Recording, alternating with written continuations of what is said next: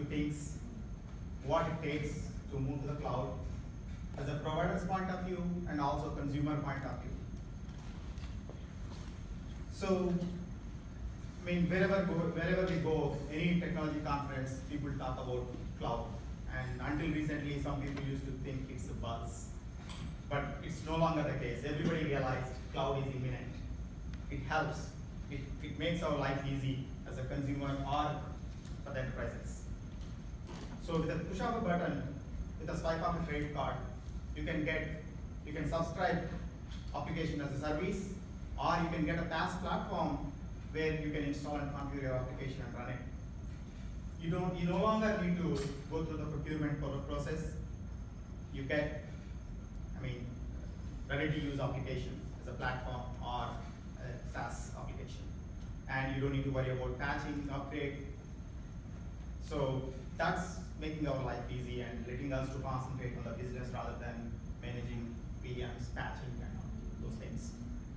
That's the one side of the story. But in order to move to the cloud or to build a cloud platform, if you're planning for private cloud, what it takes, right? And you have to think about what kind of application you have, and based on that you have to pick the target platform that you want to build. Or if you are rewriting your application, what kind of platform you want to target, right? So those are all that let you make a right decision. So in the cloud, technology is transforming so fast, faster than enterprises can catch up, right? So it's very important to lay down the roadmap and take the journey to the cloud. So today, we're going to talk about, what are the requirements, basically, maybe a little bit about intro, and what are the guidelines generally in the cloud that we need to follow. And earlier, Unisys explained the micro-segmentation, so those are the things, and then what's happening in the cloud technology shift, and where it's going, and how it impacts enterprises or customers, right? And we'll talk about one of the most important things, security and compliance guidelines. So if you look at the cloud, as we talked earlier, we have three segments. Infrastructure as a service, platform as a service, and software as a service. So what we have here, so when you subscribe infrastructure as a service, you are getting just a compute resource like EC2. Then you have to install, configure, and run it. Whereas if you go for PaaS, you get a platform. And so you can just install or configure your application and run it. Where SaaS, you're just getting application, just you log in and use it, right? So that is the, abstraction of different layers in the cloud. And in order to build a PaaS platform, which is most common for enterprises, you have to have an infrastructure as a service, right? That's the current cloud deployment model.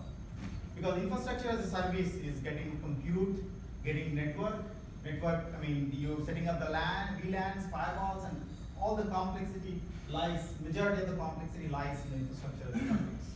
And then you have a platform where you run your applications. And so most of the things you know already, but so I want to mention why somebody wants to go to public cloud or private cloud. And you see here, you know, main thing is cost effective. And then you want to use, if you have on-premise deployment, you don't use your resources completely. Even if you virtualize your hardware, still you don't use your resources, right? And so to maximize your utilization and also other, security and other good things about you get it, right? And also, if you go to public cloud or even in a private cloud as a department, you don't need to, procure hardware upfront.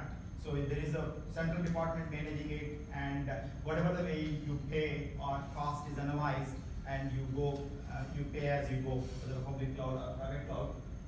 And other things, agility, and you get like a automation and orchestration. Most of the time in the on-premise, you build application, you test in your test, and you move to development, you move to stage, you move to production.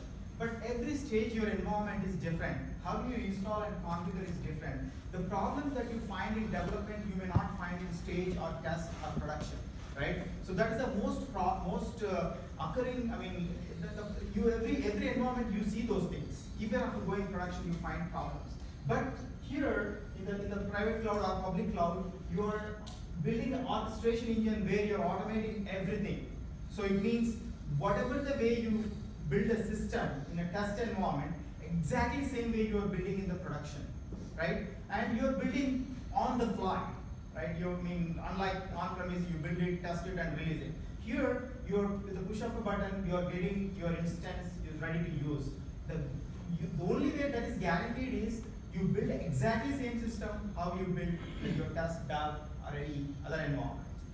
And generally in the on-premise, when you release a patch, you have to build a system, you have to apply patch, you have to test it in a bunch of, so many testing groups, they have to go through it. So, but in the cloud, when you have automated environment, public cloud or private cloud, with a push of a button, you are getting your instance, you're just testing your patch. You don't need to go through the other areas. And that validation also automated because you have automated provisioning process. Another scalability and flexibility, you all know those things, and so you get a elasticity there and higher availability. And if you look at the cloud, CAS, you see the CASM shows here how you are going a target cloud platform, right? You are virtualizing, you are working with your compute, storage, and network, and then on the top of that, you are adding security and the orchestration process that I talked about, development and deploy, that whole thing you're automating, and then your integration, your application need to be integrated with other applications. So at the end, then the target platform.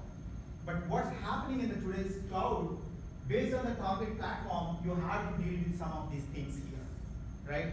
So that is complicating to adopt multi-cloud environment or hybrid cloud environment. So we'll talk about how those problems can be simplified. So if you look at the deployment guidelines, generally, if you look at the on-premise model, so this is the structure you see, right? Every enterprise will have an external firewall, then a perimeter or DMZ, protected with a firewall, and then again you have application tier and the data tier, right? This is a very common model, and early cloud providers, this is the way they built the cloud platforms. Even in Oracle, when we built the platform, this is the model we use because this is most secure model, right? And that at that time there is not like a AWS or Azure. They're just evolving for enterprises. They are good for consumer, but enterprises, they are just evolving, and we don't have a proven story on the cloud. What is the best model at that time? I'm talking about 2009 and 2010. So this is the model we built, and so you have completely protected layers, and you have a DMZ protected with a firewall. When you go to application tier, then now you have 2 layers of the protection. When you go to your data tier, you have another layer of protection, 3 layers, and each firewall is securely opened with a particular protocol, particular port, and maybe particular range of IPs where it's needed. But we found lots of gotchas with this, right? So every subnet, now you have different subnets. Every subnet comes with a certain IPs. When you're scaling out, when you introduce elasticity in your environment, you run out of IPs, right? That is the one immediate problem. And then the security, you have only northwest traffic protected with a firewall. But what happens east-west? North, southeast. So what happens within the subnet, if somebody get into one VM and go across in the same network subnet, they can hack other VMs. We were able to protect that using a VM IP table and a VM firewall protection, but still that was not a right model. And so that is where AWS and Azure and Oracle, they implemented, so they removed, that is where, the micro-segmentation came into the picture, right? So generally, our goal is every layer is a high availability. Every layer you have a cluster of servers, you get complete high availability.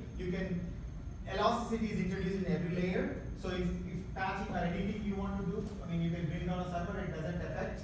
But when you talk about, sorry, before I go to microsegmentation or software-defined network, so this is a real world initial public cloud implementation. You see this, how complex it is. And you have firewall zones and you introduce, protection, but still the problems which I talked about still imminent here. And this is, to solve the problem, this is where every cloud provider introduced software-defined network, right?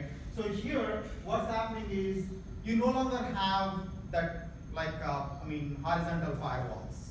Instead, you have a micro-segmentation. You can still have a horizontal firewalls for the additional protection, but the important thing here is you have a micro-segmentation through a